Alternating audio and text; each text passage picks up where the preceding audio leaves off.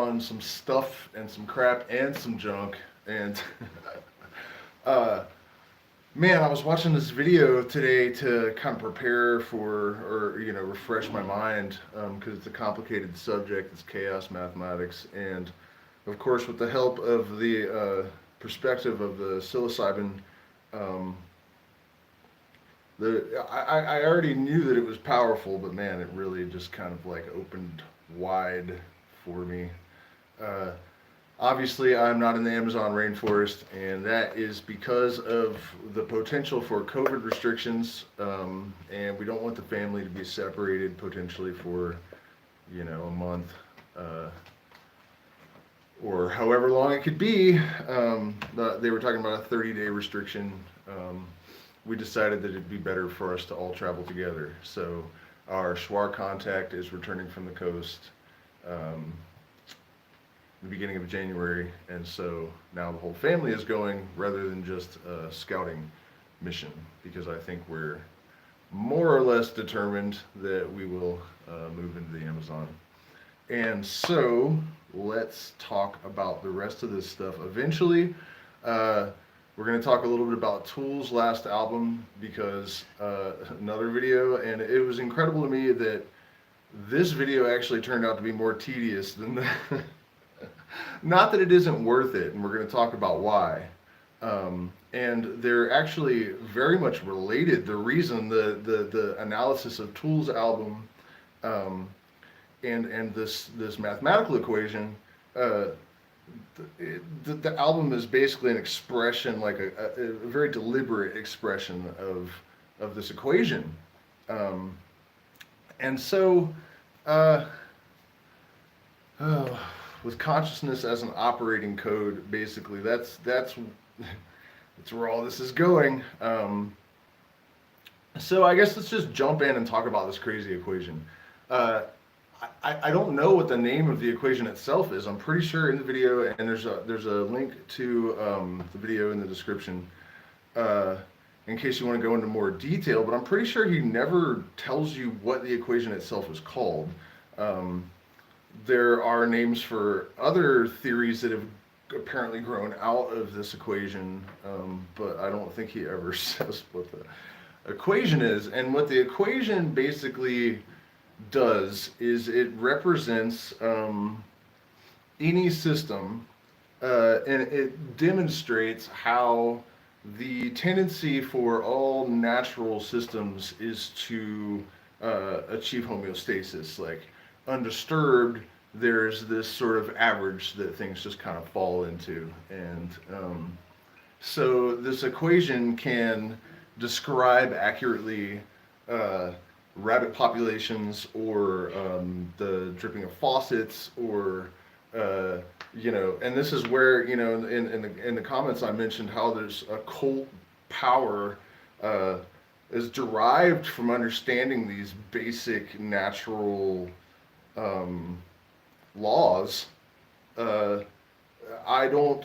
Nothing in nature can escape the governance of these things. Like, once you have found them, you are assured that every system that you can apply them to is going to be governed by them, and that would include stock markets, uh, and also just the general behavior of populations. And um, I think that this is all very succinctly expressed, or beautifully expressed, uh, um, by the fact that this equation is part of the Mandelbrot set. And so you this reference to being the structure of eternity, basically. So it's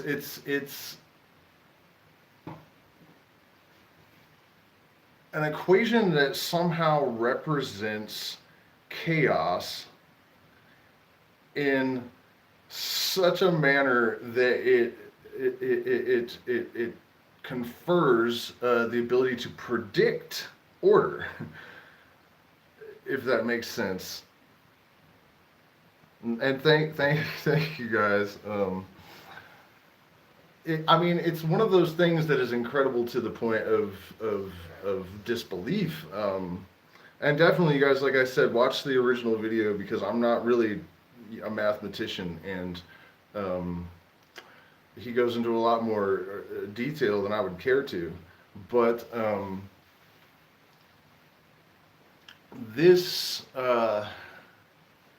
expression of how everything contains its contradiction. The all is in the all. The Mandelbrot set uh, um, element of the whole thing, um, and the fact that it applies to every system that you can, in fact, uh, so the things achieve homeostasis, they go and they bifurcate, and then they bifurcate again, which is basically splitting. So the bifurcation numbers are like 8, 16, 32, 64, just like a beat in music. Um, but one of the interesting things is that when the splitting occurs, chaos is introduced. And so, um, regardless of that, there is a mean of 4.669 usually, or 668 or 665. So somewhere in this range that still allows for some chaos, for some differentiation. Otherwise, it wouldn't really be chaos at all. Um, so even in the chaos, there's this almost precise order that expresses, I guess, or manifests. And so, thinking about this, I realized that one of the things that this is a mathematical description of a process of consciousness. And, there's this simulation theory, which I don't think matters really, because if we are a simulation, then there's still aliens or something simulating, and we're their universe and biology. And it's just kind of like a lame duck question or something. I don't know if that's the right terminology, but something along those lines. I think it's fair to say that consciousness runs on some sort of basic operating code, just like a computer. In fact, I think that computer technology is basically it's like a reflection of consciousness in the universe, and so it's a microcosm that operates um, under similar laws, right? Ones and zeros. I mean, that's the fundamental expression of all and nothing. Um, the blinking of the eye of Shiva. uh, so, man, I was going to tie that back into consciousness. I remember that much.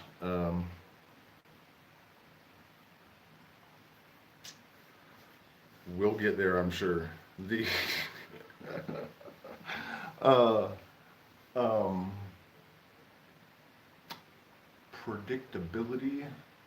Oh, there we go. The art. Okay, so um, Tool is famous for and accused of being very pretentious um, by a lot of people for doing things like incorporating the Fibonacci sequence into the rhythms of the music. So, and legend has it that this was done, and then the lyrics about spirals happened organically without Maynard having knowledge or whatever. Which, who knows?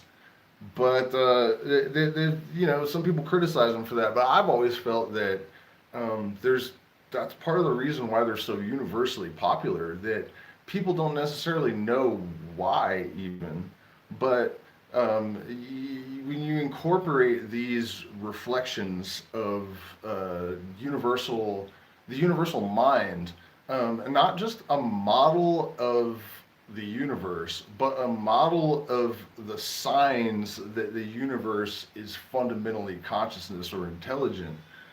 And so, because that's the basic operating system of everything in the universe, we respond to it when we see it. And if you've ever been to a Tool concert, you know that it does seem that this knowledge also taps us into some kind of current of energy that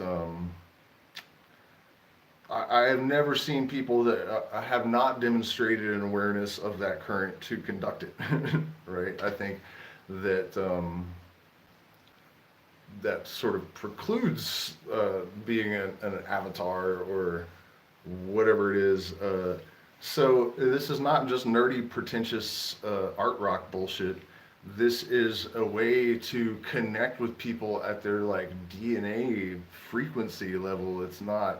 Um, it's not just nerdy pretentiousness. And I think the fact that after 13 years, which is of course a Fibonacci number, um, Tool drops this, I mean, it's like 2.5 generations through high school or something since their last. Um, every track is 10 minutes long and it knocks Taylor Swift out of the #1 spot. I'm just saying that this nerdy, pretentious, weird tendency to occult or to write the occult into the rhythms and stuff is not just. There's a reason for it, and it is. Um, the fact that our fundamental being responds to these numbers, and I think it's also fair to say that exposure to that kind of art, particularly music, this is something I noticed with the Grateful Dead uh, many years ago, that I was in the audience and I felt it and I was like, man, what in the hell? This is just not what you would think. And I realized that the lyrics had nothing to do with what their audience, if you've ever met any of them, very clearly understood. So, and it's a very specific kind of thing. So that kind of, um, I could see that there was some degree of communication that was nonverbal happening. And audience members, when I set out to start making music that had that effect, totally doubting that it would be a real thing. People in the audience consistently approached me and explained this crazy idea that I'd had, often in like really surprising detail, which was strange too. But at any rate, taking the time to incorporate a sophisticated degree of awareness into art can trigger the Gnosis in people. And I think that that is what it should all be about. When people say that music lacks the whatever, of the 60s or early 70s or whatever in the United States, I definitely know what they're talking about. And I think that it's this detachment from some kind of sense of purpose. Um, the material gestalt of modern culture is definitely strangling. I mean, I think though that they do it on purpose, and that's something that we'll get to eventually. This thing with Instagram, man,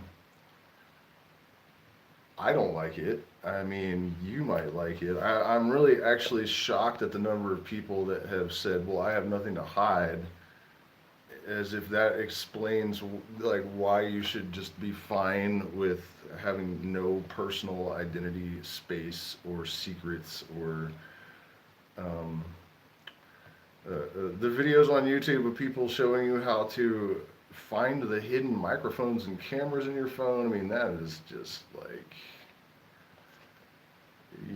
I mean, I stopped thinking about conspiracy theory type subjects 20 years ago for a reason. I mean, but as we move toward a new world order, I think it's getting really scary, man. And they're being really blatant about it. Like, if you've been paying attention all this time, you can sort of predict this stuff almost as if you're using this equation that I was talking about. So let's go back to that though, because that's a lot more fun than Instagram. And I've been talking about this for a while and how you can, it expresses very succinctly because it's so subtle in all of these systems. Uh, so when we talk about these periods of bifurcation and increased novelty, as Terence McKenna would have said, um, you have these periods like the 1960 and the 1990s that were, more subtle, but I've heard it referred to as like, the second psychedelic renaissance.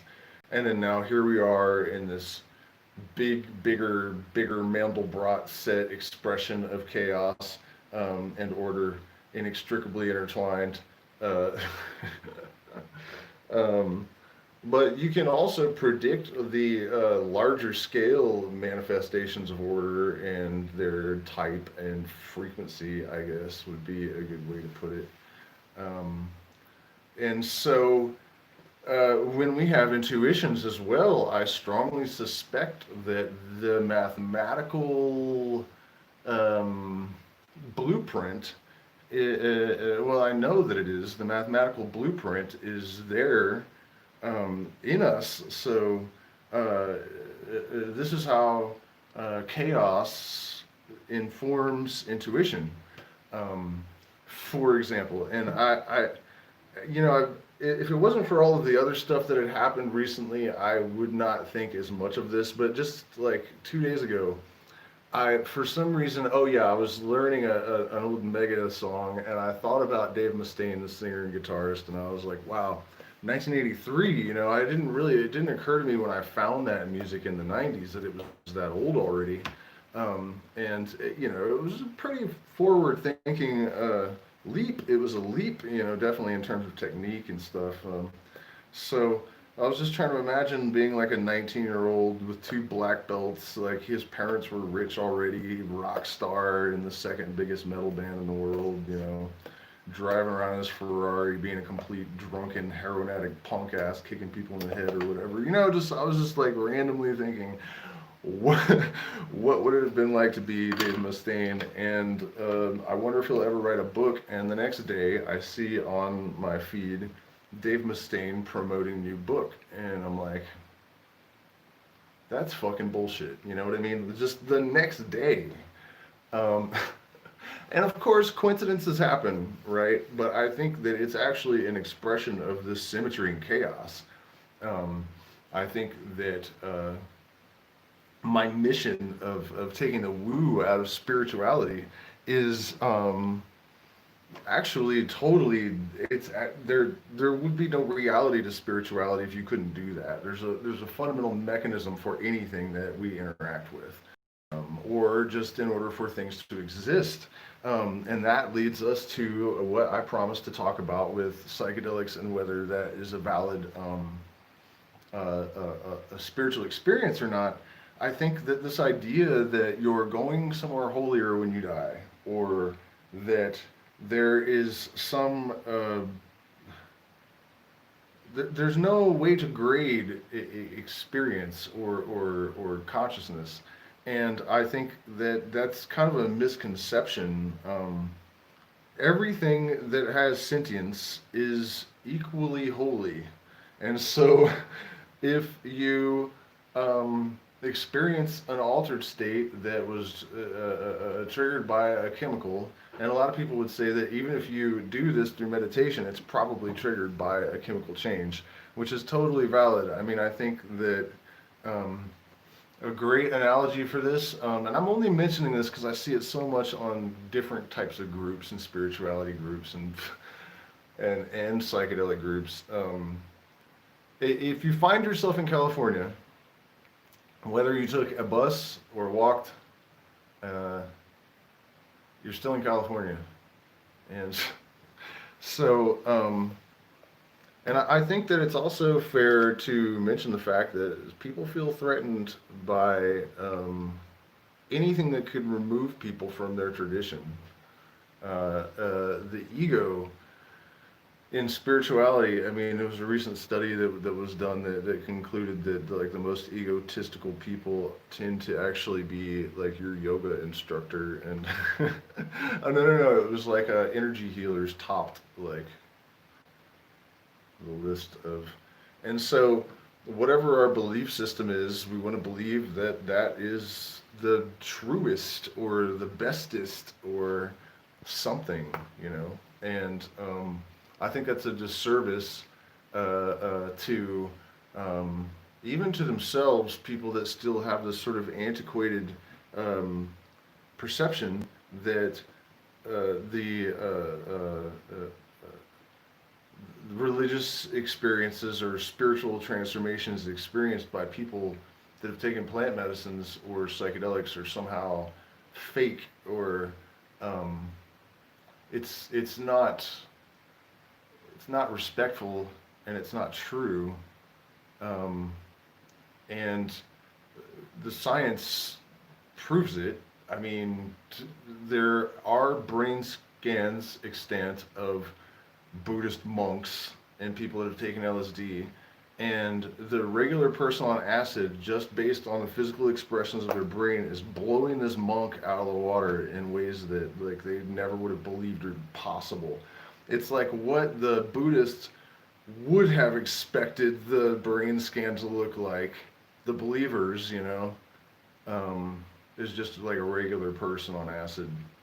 Electrical activity in parts of the brain that we never use, including meditation. So I just want to encourage people to stop putting that on people. And definitely, if you are a person that thinks that way, just forget about it because it's just not. I mean, Buddhist monks themselves have said, what was it, D.T. Suzuki said that LSD was like storming heaven and stealing the secrets by violence. And Terence McKenna claimed to have given it to DMT to a monk that said that that's as far as you can go and still come back. Um, how anyone would know? Like what gives him even the authority to say that? You know, be weary. I guess is part of what I'm saying to anyone that seeks to define your reality, the limits of it, the anything about it. Almost, you know, uh, I don't really believe in authorities. I mean, I get it. You know, lots of time spent in meditation and discipline and um, some respect for.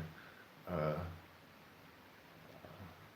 and also, it's fair to acknowledge that even though it's true, and this has certainly been my experience, that I lacked the discipline and willpower to use the secrets that I had stolen in a meaningful way. And so it doesn't matter. And it's actually almost more like torture to have these things and not be able to use them. The part of the secrecy in the Freemasonry that I alluded to um, earlier is literally to protect your ass. I mean, if you've ever seen Fantasia, I mean, that's what it was like for me pretty much, you know, when I realized I could just manifest almost whatever I was thinking about, is how it seemed anyways. I was like Mickey Mouse with all those brooms or whatever, you know. Because if you're it's just your psychological being. So if you empower all of those aspects of the ego um, without learning to acknowledge the shadow self and to control it, um, you know, in my case, it was like severe self-sabotaging. I didn't even realize until recently when I was contemplating my mother that I had a victim complex, and that what that manifests as is actually like looking for ways to victimize yourself because your brain interprets it as a reward. You know, it's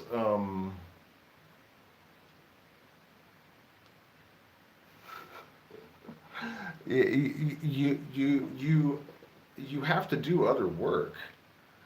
Uh, but I don't think anyone is saying that just take psychedelics and then you're just totally holy and nothing's fucking wrong with you. And I, some people are kind of saying that, and that, trust me, that's not the case. Our inability to ignore the things that the plant medicine spirits or whatever it is are trying to communicate with us is extraordinary, or at least it can be. Um, I'm just trying to discourage people from accepting or basically bullying people that are on a psychedelic path because they think it's somehow cheating or I would say that it obviously does what all of these traditions claim to do and usually do not succeed in doing. Otherwise, we would not be in this problem in the world which we are facing. Um, and it's an existential crisis again. Speaking of chaos and order, for everyone, because for me, for example, it kind of changes the dynamic of okay, if you can't convince people to give money to protect the Amazon right now because of COVID, and I mean, who is thinking about anything other than just their own hanging by a thread? Uh, it's the extras are, and I don't view the Amazon rainforest as like an extra. So, what is that going to mean in terms of meaningful activism? I'm not really in a position in my life to support something that I care about monetarily, so I will have to just go there. And if it becomes necessary, hit a miner in the head with a log, you know. I mean, I'm not really, I'm trying to exaggerate um, intentionally to an extent, but I'm serious. That's like basically I'm gonna move into the Amazon and find, it appears like tribal activists, and what does that look like on the ground? Like I think it forces us to either do nothing or everything, which I think is a pretty good, uh, you know what I mean? Like, is pressure produces diamonds, uh, chaos, order.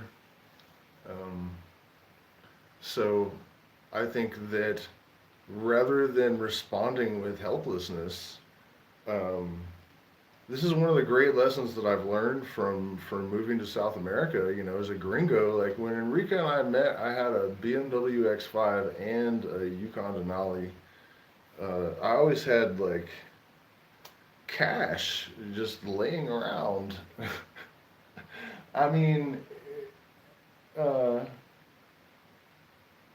learning that that's not how, like if I got low on money, I would start to like really worry, and I mean unreasonably like low, I guess. I mean not, I don't know how normal people think about this kind of thing, but um, the point is that I learned from being in South America that most people are just surviving literally from day to day, like thanks to the exploitation economies of countries like Europe and the United States, which is just totally fucked. But again, thanks for the lesson. I mean, it was valuable for me. At one point, I was out working in the sun in um, Malacatos uh, for $20 a day, and my skin was literally like blistering, like little blisters, regardless of sunscreen. I mean, by noon or something, and the workers around me were doing 3 times as much work, laughing all day, and I just couldn't believe it. I'm like, $20. Like even here, that's not much more than food. I mean, I can't believe they can pay rent. Uh, So it was an extraordinarily humbling lesson, and I definitely would have had to have been forced into it, you know. And I see that as just like everything else is a necessary um, component of the journey that sculpts us into who we ultimately need to be.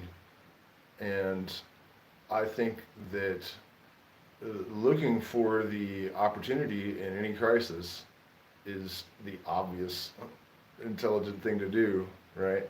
So if you find yourself like me, just suddenly thinking in terms of just being a creature on a planet with no role to fulfill, no promises tomorrow in terms of money or status, like what would you just do, you know?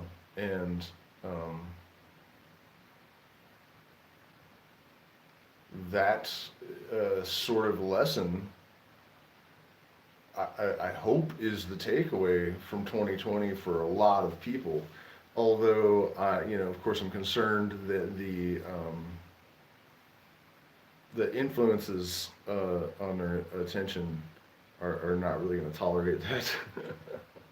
And so let's talk about that a little bit, you guys. I mean, I hate politics almost as much as I hate politicians. And for example, last live stream, I noticed that someone has never missed a live stream, withdrew their patronage.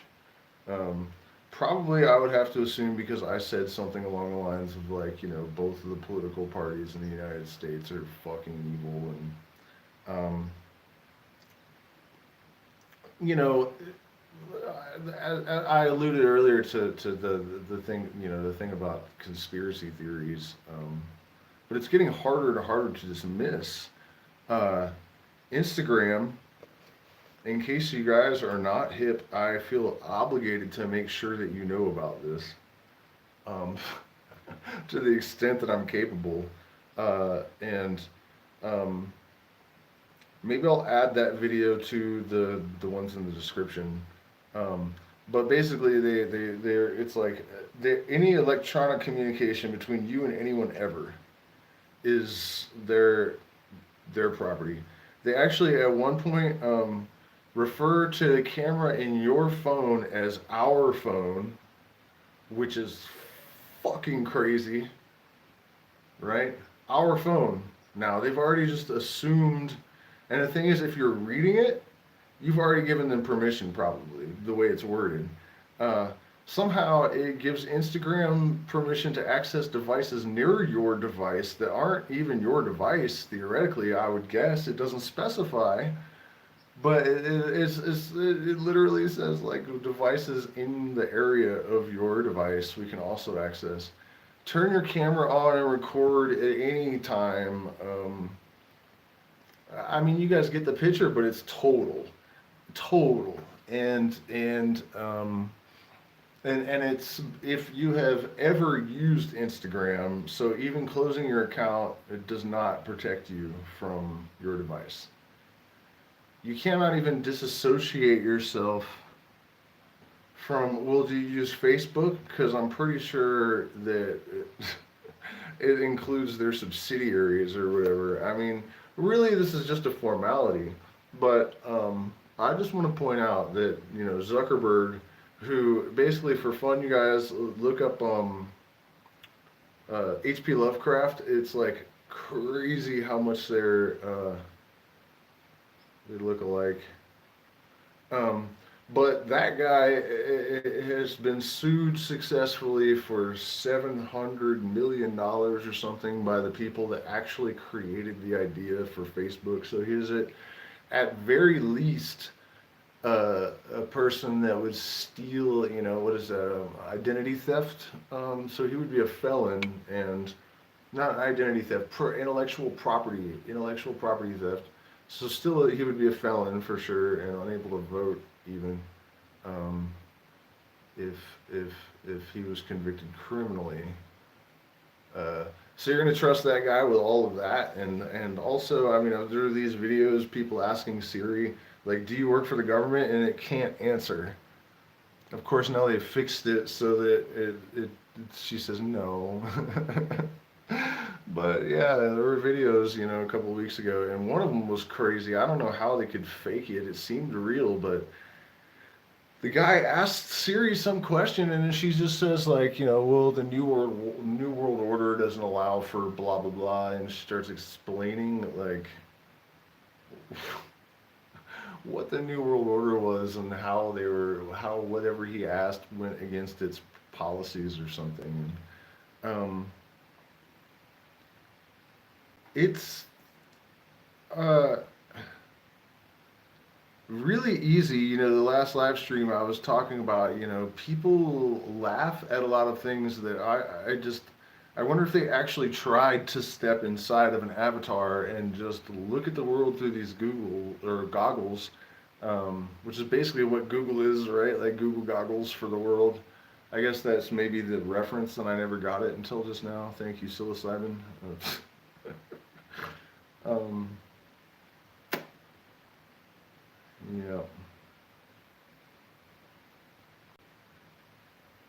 So I think I might have went off on a little bit of a tirade there, but holy shit, man.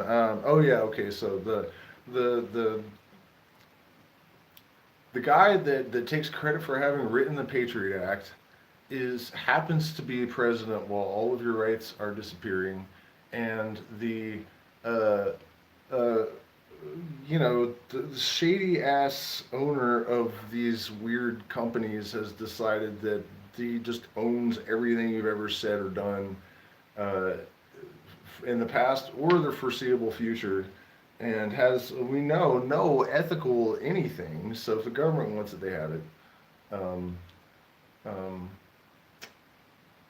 they're trying to inject everyone with something that they're admitting like it's paralyzing people and shit. Like, uh, I, I just, it's increasingly difficult to argue against the conspiracy theorists or to laugh them off totally. I mean, obviously, if people act like they know too much, sure, but something's seriously fucked up, man. I mean, gosh. Yeah, I know Zindra, but just the slowly giving themselves legal permission um, to turn people into property is weird. And the fact that they are, for the first time, while they're mandating that all the devices around you can record everything and whatever else, they're trying to mandate for the first time that you receive um, something into your body without, you know, I mean, mandated vaccinations. I saw today officially they're saying that you may not be able to travel next year unless you have been vaccinated. And that's fucking crazy. I mean, I don't care what's going on.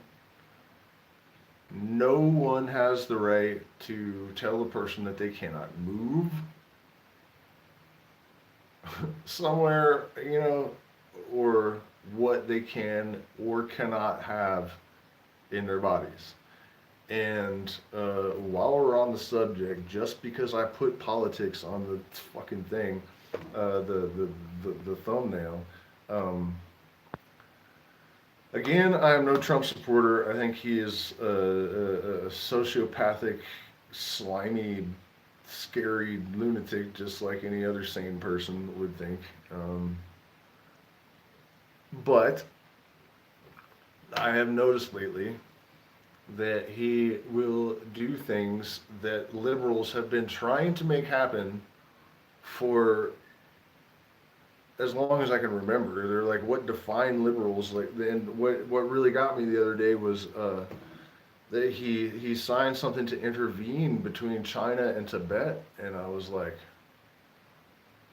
listening for all the liberals to say like, wow, a US president finally heard our voice and intervened to free Tibet. Remember all those bumper stickers?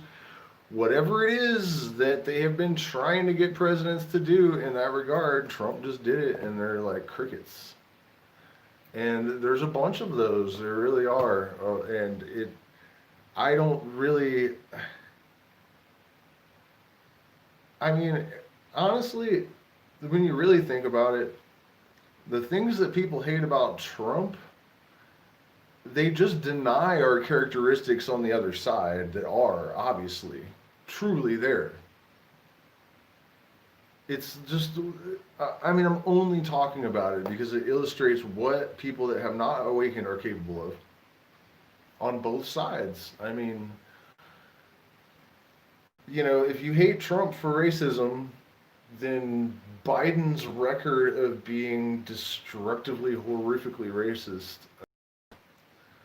should matter. And you can't just say like that doesn't exist because he's now our presidential candidate. That doesn't work in reality. That only works in your weird, convoluted, indoctrinated fucking mind. It's not real. The fact that it works at all in anyone's mind is really, really scary to me. Um, but yeah, I mean, the more I look at it, it's like, yeah, they're all a bunch of psychotic, ego-crazed idiots. But every now and then, Trump does something crazy that the liberals have been screaming for their leader to do for decades, and they just ignore it, and they're like, oh yeah, he's racist. It's like, well, what about Biden the last 30 years? Every time they put a camera in front of him, he says something stupid, like racist stupid. Give him a pen and he destroys black communities. I mean, yeah, what the fuck is wrong with people? You know what I mean? Like, you can't just one of the best illustrations of it ever was Kamala Harris. They're like, she's like, hey, well, the question about Joe Biden is he a rapist or a racist? She's a woman and she's black, and then he is nominating her, and she says, I love this man. Like, dude, are you fucking serious right now? That makes sense to people? No, man. And I don't care what is going on. Like, I haven't actually heard Trump say anything, as offensively racist as like 100 of the things I've been able to find Biden. I mean, okay, 10, whatever, but, and I haven't seen any U.S. presidents free in Tibet. And, there was some Middle Eastern thing he did a while back that was like pretty landmark. Like, basically, we don't care about the oil anymore. With Palestine, or I can't remember, I don't know what that was. And the Trumpers did make a big stink, like, look, he's trying to make peace in the Middle East. And yeah, he was withdrawing troops and doing all this stuff. It's true that the liberals are just like pretending like it didn't happen. It's fucking crazy, man. Yeah, it's crazy. And why in the hell are you electing someone that's 80 years old? First of all, we know that all 80-year-old white people are racist, basically.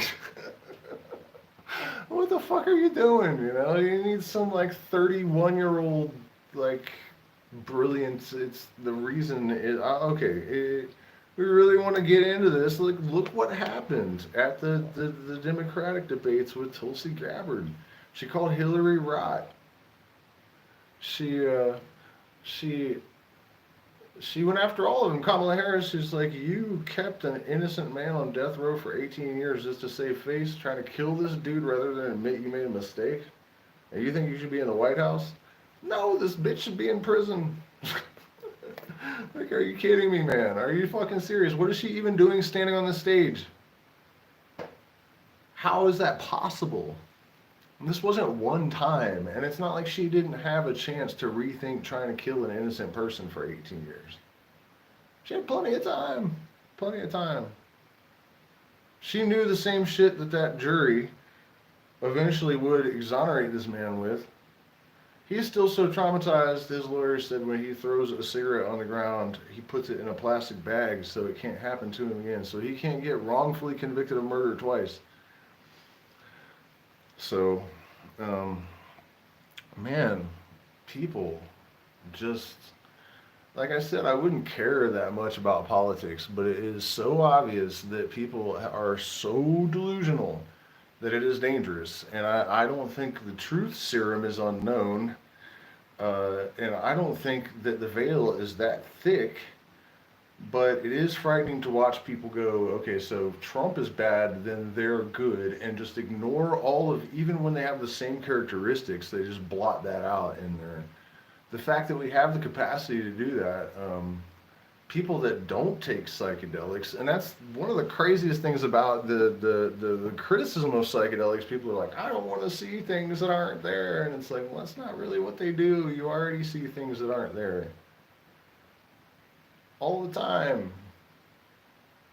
And if you freak out when you're given psychedelics, it's because you have become totally dependent upon those things that you were imagining.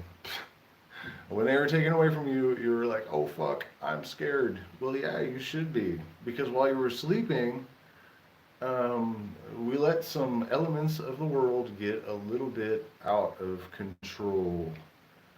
Um, so now that we're awake, we have to figure out how to put them back. And the thing is, they probably don't want to be put away. Doesn't seem like it. So, all we can do is try to wake each other up. And there are a lot of suggestions from the universe that actually means that we don't have to do much of anything. People that are aware of what the universe fundamentally is without the conditioning seem to express that reality very succinctly and powerfully in ways that challenge our programmed perceptions in the events that surround them, and it always has to be in consistent with possibility, um, but it very much, to me at least, suggests that there's sort of, whether people are conscious of it or not, they're always interfacing with this energy that is basically the fundamental thing in the universe, which is consciousness. And so as consciousness evolves, as it becomes more sophisticated and complex, which is really all that means, um, all of the other frequencies are subject to entrainment with it, which is entrainment. It refers to um, this law in electromagnetism that frequencies always entrain with the highest frequency.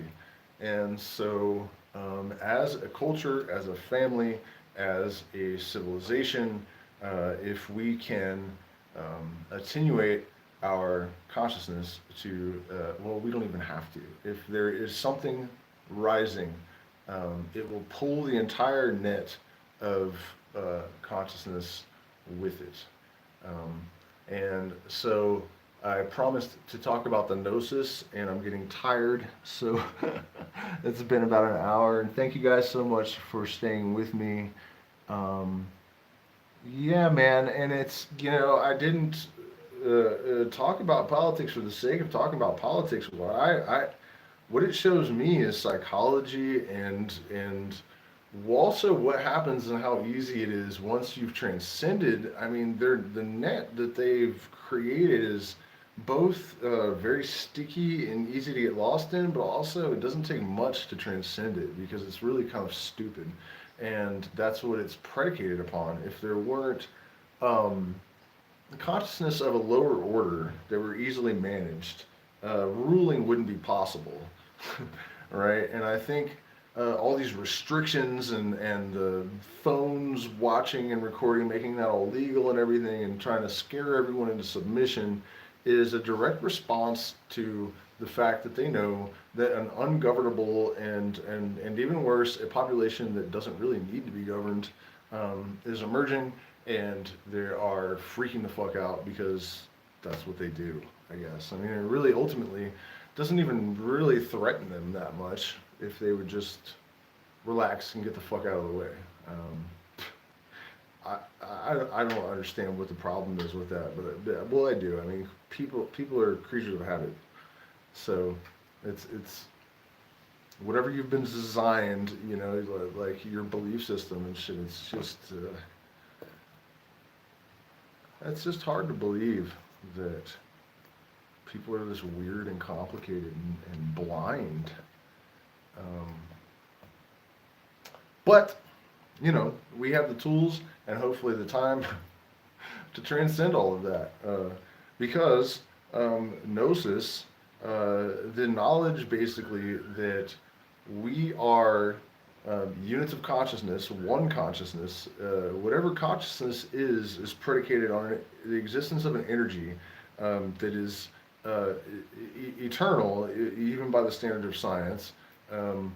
So in some sense, whatever our consciousness is that we experience as a individual, individually centered sort of thing, that might be found to be illusory, but ultimately it's quite likely that our consciousness will survive. Actually, there are scientific evidence that our consciousness does actually persist beyond brain death in the room for sure, 100% for sure. So, um, living in a way that is just conducive to this knowledge that the universe is just this sentient thing that, you know, created according to these laws, and we have science to tell us what the laws are. And you know, I mean, Gnosis is just like the way that I understand the modern application of Gnosis is just what we already have as a deterministic being, plus an acknowledgement of the fact that there seems to be an intelligence beyond human that has manifested in enough ways that, you know, symmetry is enough should be enough to fuck with an atheist. Like, where the hell does that come from, you know? Uh, yeah, that seems to be doing its own thing. I feel like in order for us to grow, we have to shed some of the things that make us human, and that is absolutely for sure the thing. I don't know why deterministic atheist type people feel so threatened by this. It's obviously not enough. Um, and I think it's also interesting that, you know, I watched the biology, physics a lot. You know, I at least uh, um, maintain an awareness of like major stuff, right? And it seems like the major stuff in both of those sciences right now is that they're basically admitting they don't know fucking anything. And that's, you know, it just seems really interesting to me that it's not just the culture and the politics and the people that are being shaken up by the COVID stuff. The sciences seem to be exploding from inside as well. And um, I think that, again, we can understand all of this in terms of that equation that started this live stream. Because somehow it is, even though there's no pattern, it is predictable. And so the same Mandelbrot set type of math that gives us fractals can allow us to understand what we're doing in 2020 and have some faith that we are going to emerge in some kind of homeostasis on the other side of this period of chaos. And the bifurcation periods are always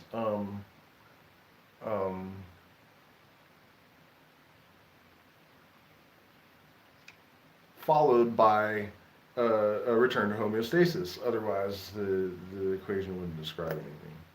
So, um, guaranteed, for sure. But what is that new order going to look like? That's really the question, and whether or not the gnosis actually makes people better people.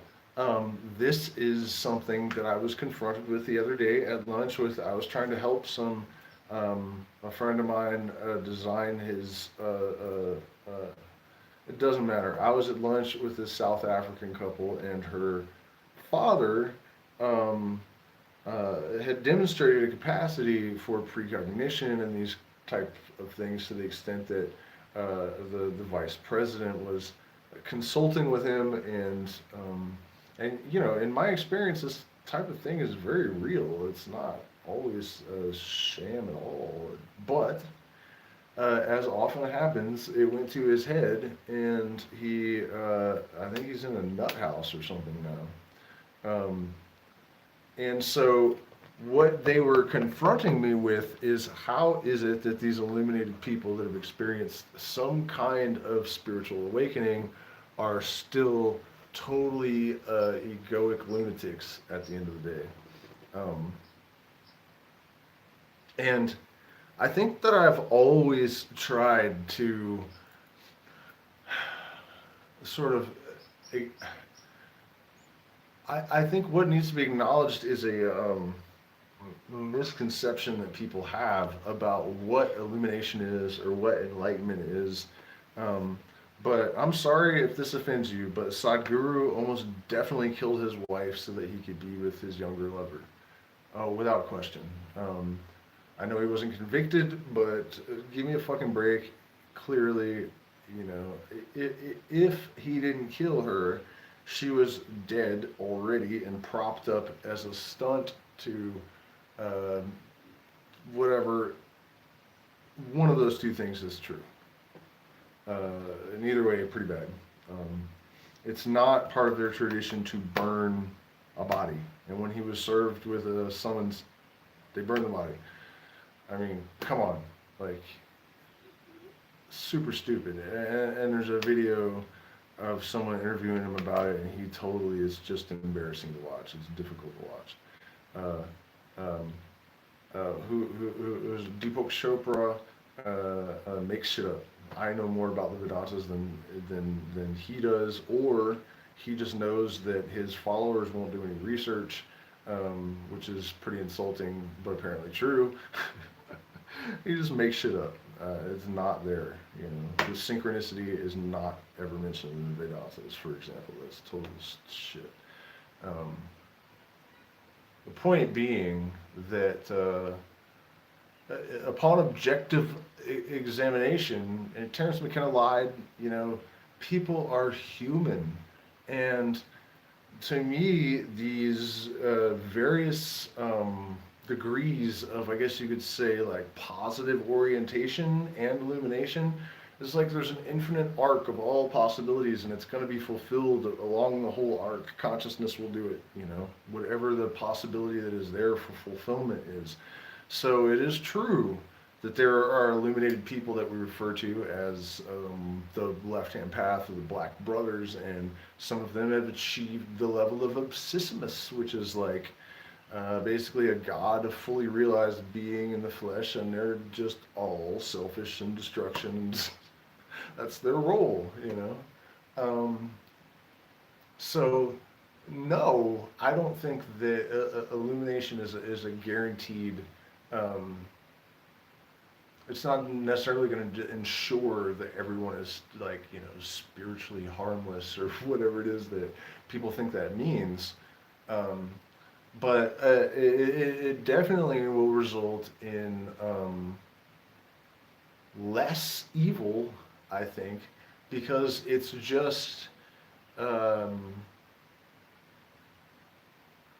like rational, or what I see exhibited by people that have had the gnosis is that they act in a way that uh, uh, it demonstrates that they understand that since consciousness is one thing and their illusory experience of this individual unit is temporary, eventually you're going to experience the total field of potential possibilities being fulfilled. So why would you add anything negative or take away from um, the gestalt of the whole thing, which is that this frequency of consciousness is creating, and so whatever allows for the creation of more circumstances, more potential perspectives to uh, be fulfilling this objective of self-exploration as the consciousness that produced the things that are there. You know what I mean? It's just like this. Why are you going to introduce harm to that? And it's never going to be utopian, but I think that populations of illuminated people definitely would at least be more interesting than what we have now, and probably a lot safer.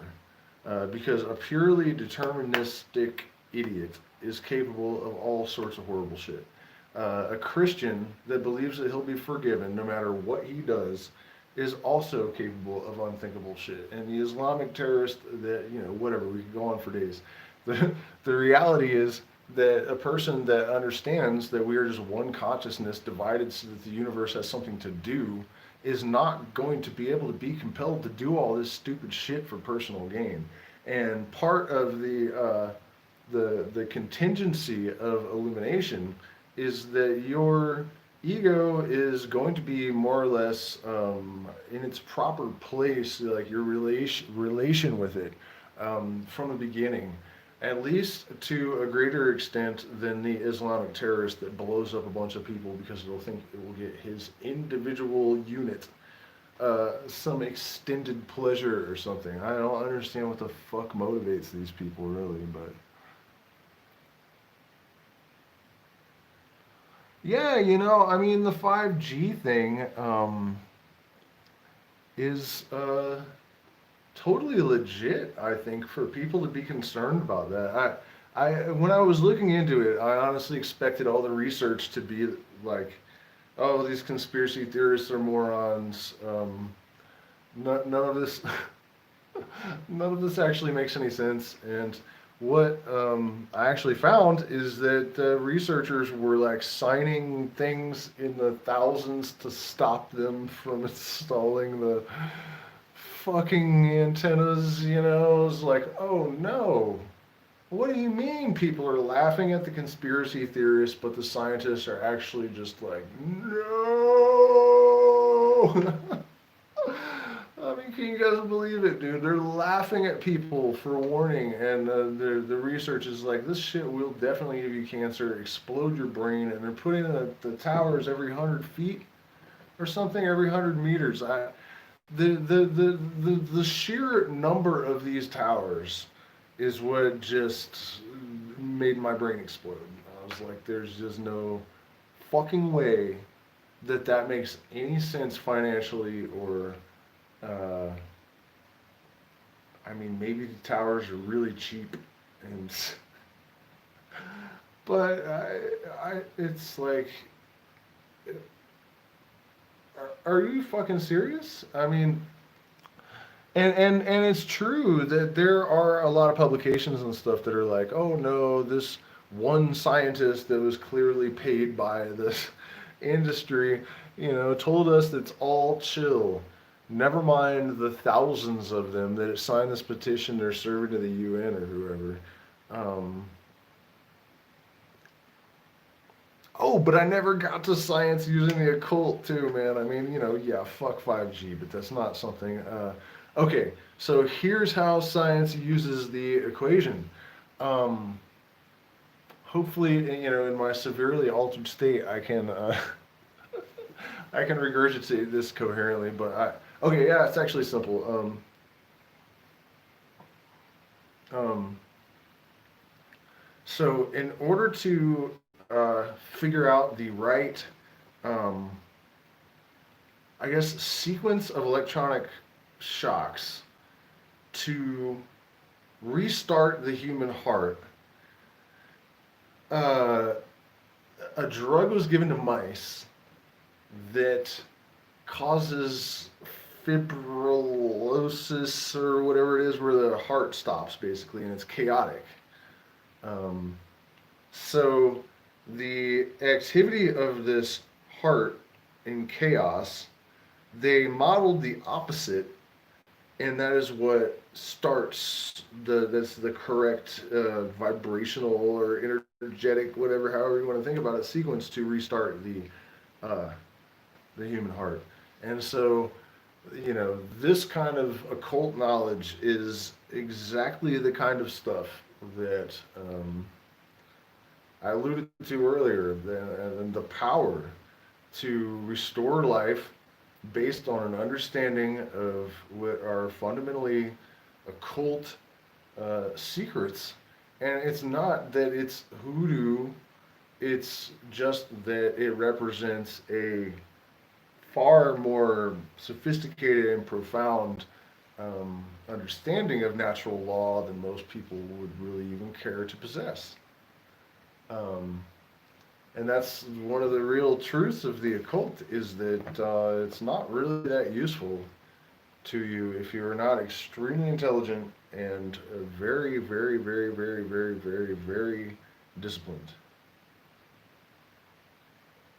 I mean, I started to talk about Tool, their new album, a while back, and I realized that I totally just forgot, kind of.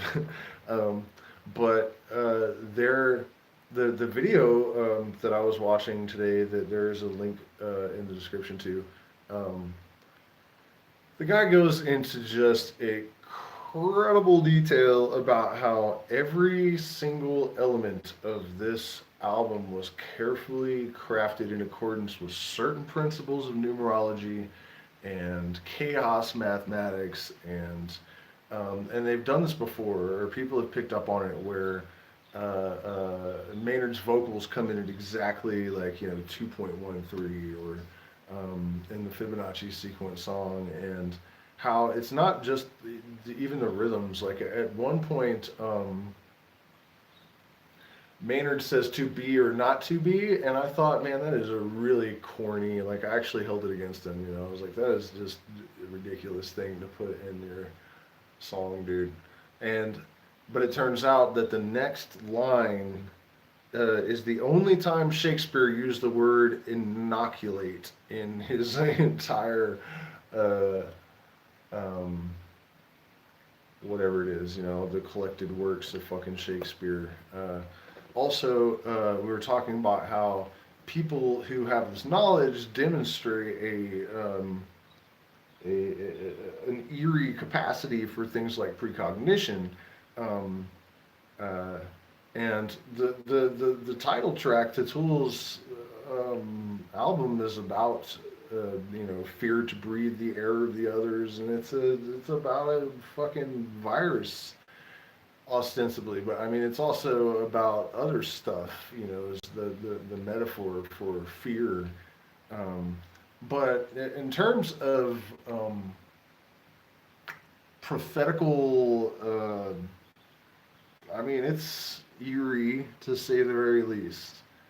Legitimately fucking weird. And again, this is a guy that embodies, in my opinion, the best of that. Um, because, in a way, Tool is really out there and in your face and kind of even boasting about this. Like, look at us, we have secret knowledge. Kind of, that's definitely a they've received, but it's not tacky. It's not like this like artificial ego just based on, like, like the modern conception of that is almost just like believing that you're cool just because, or something. Like, you know what I mean? Like, ego sells just because it's convincing or something. Like, um, I guess I'm saying I don't really understand how that's really a criticism and why I even care to mention it. But yeah, I mean, that's one of the characteristics, I guess I'm saying, is that they carry it with some degree of humility. Uh, you would not find, even if he wasn't a rock star, Maynard would not be out there saying like, "Look, I've predicted these things before, so now call this hotline and I will tell you everything." You know what I mean? Like that, it's. I think that a lot of what has discredited ideas like ESP and precognition and the sort of things that people that have experienced psychedelics and other in Buddhism it's called the cities. Uh, you access more of the universal mind than your average person even believes it's possible to, just because they haven't experienced it. But these kind of things kind of become routine. But at the same time, even with great uh, um, efforts at mastery, uh, they don't generally conform to our expectations as we would like. And it's not like you're just always precognizing stuff. It just, in my experience, is very much like random, although not entirely. And there definitely seem to be periods where there's a lot of it, um, like lately, you know. Talking about, in case you missed the last live stream, being warned by this app about there's a risk of lightning over and over and over again. And I noticed, the one thing the mushrooms got me on last time was the continuity. I guess I just kept saying like I'm 42 years old. I think I said it 3 times or something, and I never finished. And what I was saying is in 42 years, which I'm not really even 42. I don't know why I said that. I'm 41, but in 41 years, I've never been that close to lightning by a long shot. An hour after this repeated warning, this kind of thing. But again, um, I think what people that lose touch or start overestimating their abilities, you eerily are able to predict, or you have these precognitions a couple times, and then all of a sudden you think you're like some new age leader or something because you have overextended this to. I mean, the mind is capable of all sorts of stupid shit, and but this is a legitimate. This is how science has been able to sort of quantize this shit out of existence, um, because it's not necessarily repeatable. It's not that reliable, um, uh, but it's also interesting to look at the off-record shit that scientists have said about their experiences regarding this. Um, Will they roll out 5G in Ecuador? Yeah, I think they might have already. Satellites. Well, maybe they've changed something about the towers, but but yeah, I heard originally when they were gonna. Damn it, man, we were really on track though before I read those those last few comments. Can somebody remind me where we were going? Uh,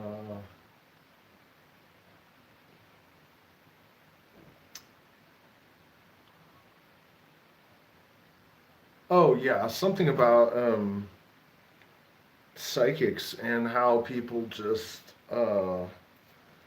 they just think that their magic can do more for them than it can. I am the walrus. I don't know what the hell that means, but I'll take it, I guess. Um, but sure, I mean, I've experienced precognition enough times. I have no question. I mean, you guys that follow my channel have heard, the shit that happened with the coral snake like a year ago, I guess. I picked up this book, Deepak Chopra. It just happens to be. It's just funny because I was just talking shit about that guy, but or using him as an example to elucidate some truth. It's not really even bad. I mean, the guy's teachings don't harm anyone. It's just that he will resort to dishonest shit to make a sale, I guess, is, and it's not even, I'm still like judging him for it, I guess, you know. That's really, in a way, I mean, it is bad because he's kind of overselling shit, you know, or misrepresenting truth, which is just not, it's not necessary even. You know, I mean, the truth should sell itself if that's what you're doing with it, you know. Damn it, I didn't mean to get that off topic again, though.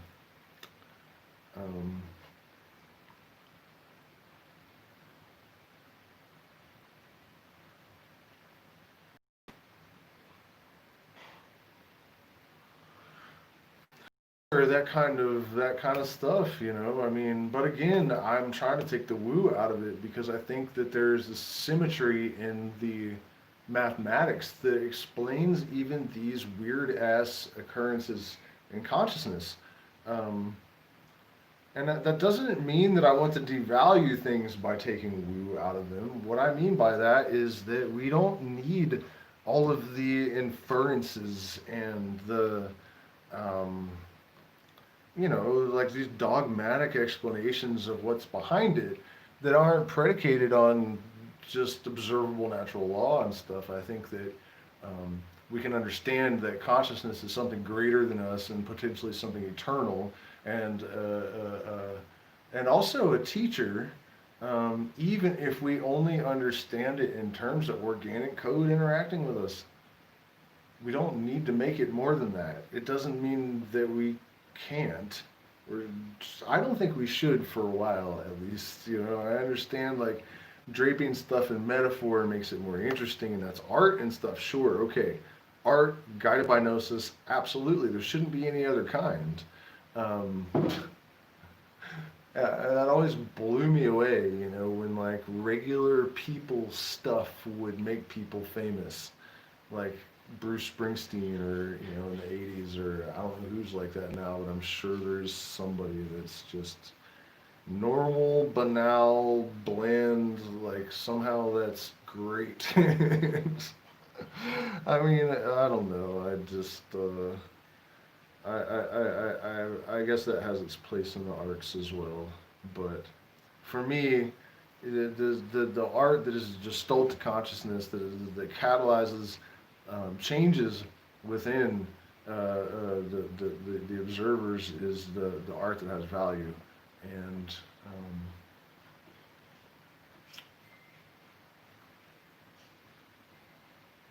the void of that, I don't think is, it's deliberate for sure. It's definitely deliberate. It's interesting to see though, as the psychedelics started to enter the mainstream awareness, Miley Cyrus did a Beatles cover with the Flaming Lips. And looking back, that's kind of symbolic of this weird merger of improbability with actuality. Um,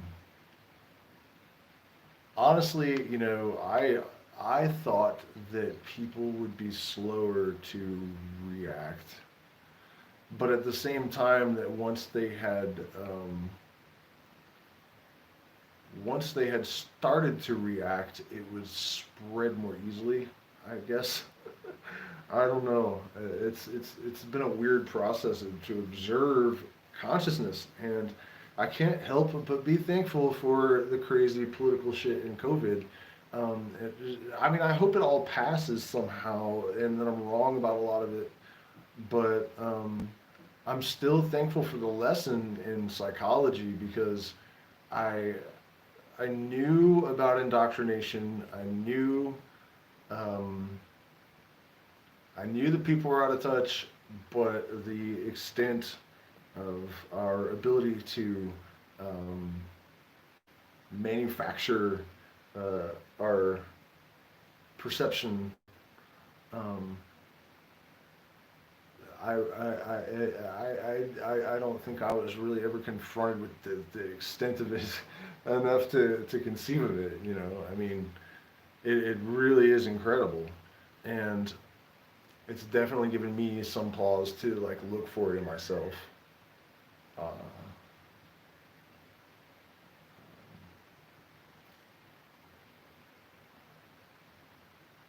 Holy shit, man.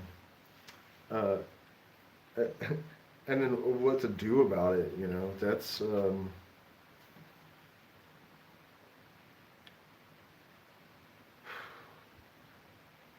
we can only lead by demonstration, which I feel like I need to take way more responsibility for because I know that I have become so cynical in the face of what I'm perceiving that sometimes there just doesn't seem to be any point. So I'll like lash out or like be really harsh with people, like, how could you possibly be this dumb, you know? But that's not cool. It's not helpful. Uh,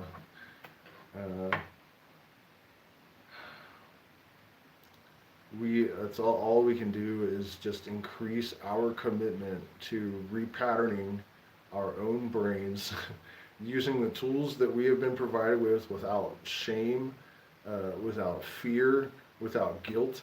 And when you talk about integration of psychedelics, um, one of the things that I think gets neglected a lot is the preparation for setting the stage for even having an intention.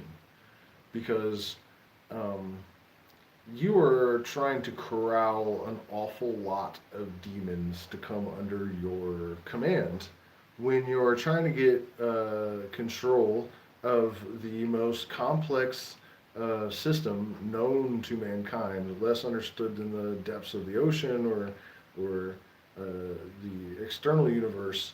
Um, Literally the most complex and least understood apparatus in the entire universe is the brain that you are trying to bring under your conscious control.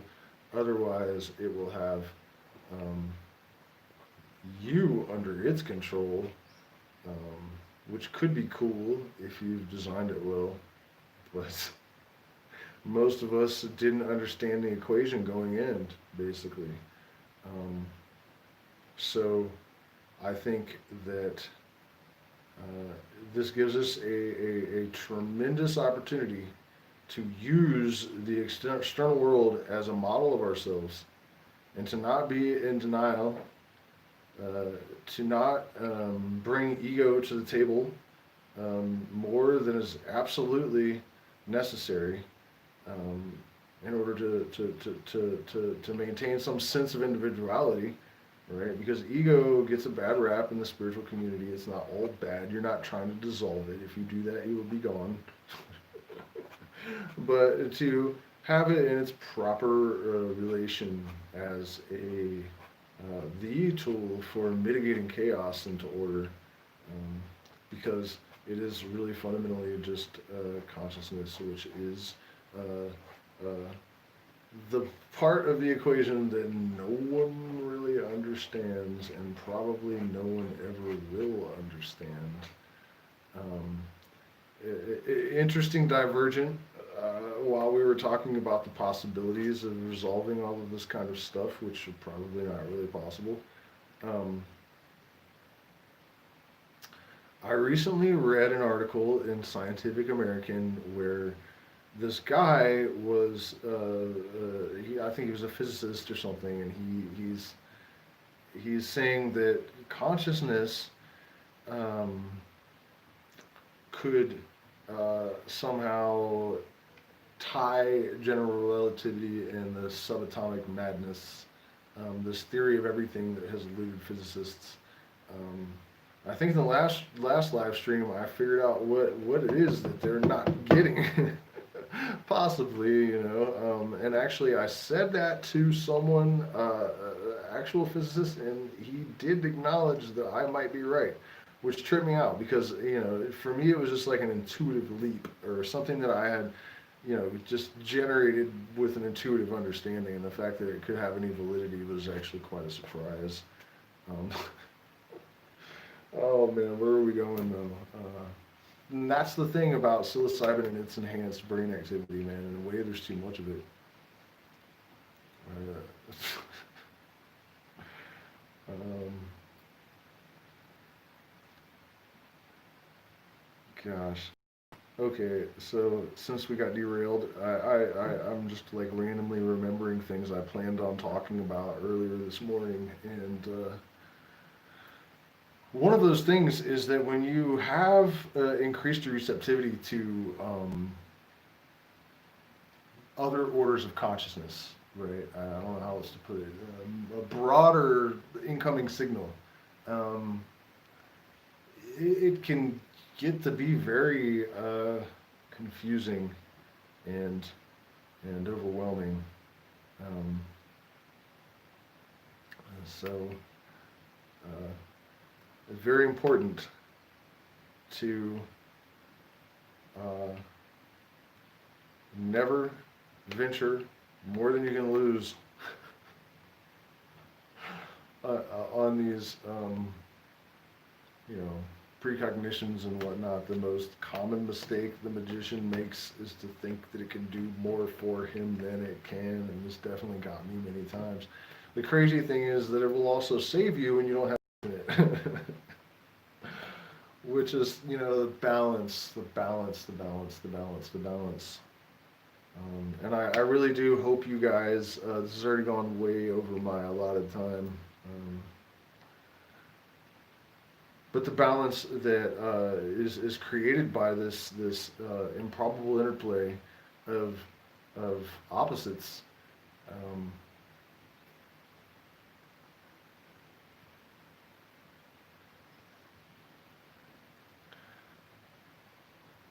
I hope you guys watch the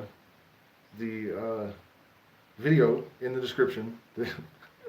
That there's a link to that guy's work, because I mean it's incredible, and it's really empowering, because one of the things that mathematics can do for us that I think is not even appreciated generally by the mathematicians in a lot of cases, because they don't know about the woo element or whatever, is that so many metaphorical realities are expressed beautifully in these equations, which is always the case with truth.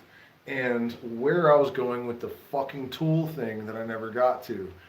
Once you have embodied this kind of knowledge and this current for long enough, one of the things the guy suggests in that video is that they're not consciously doing this anymore.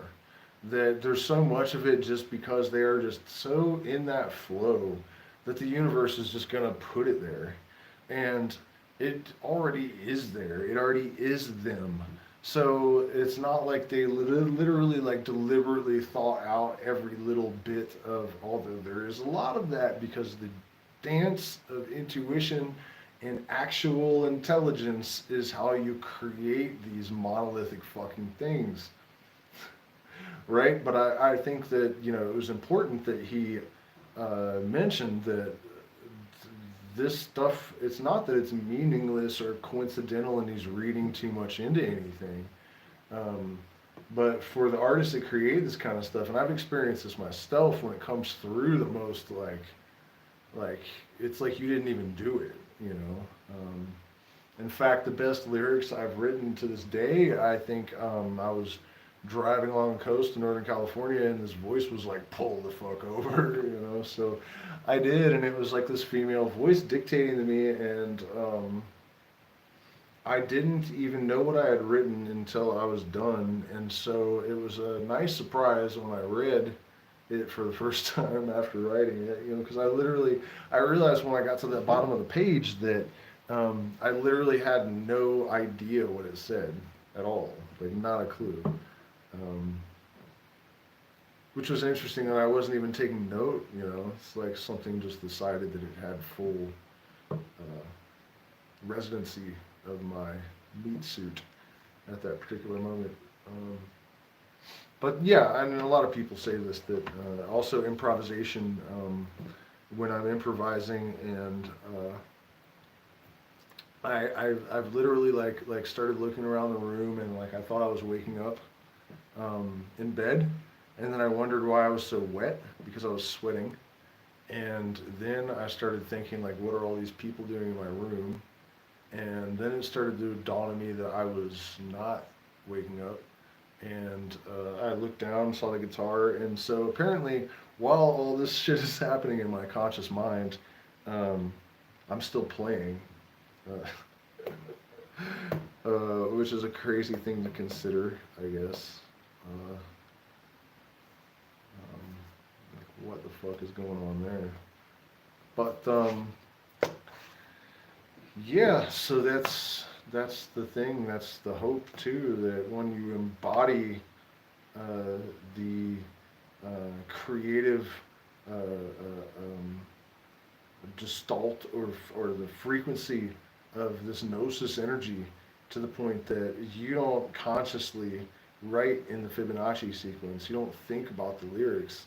Um, they're just there, and uh, this the fundamental understanding I think in the spiritual community about this is that it has not got anything to do with dissolving the ego completely so that it's not there and in the way.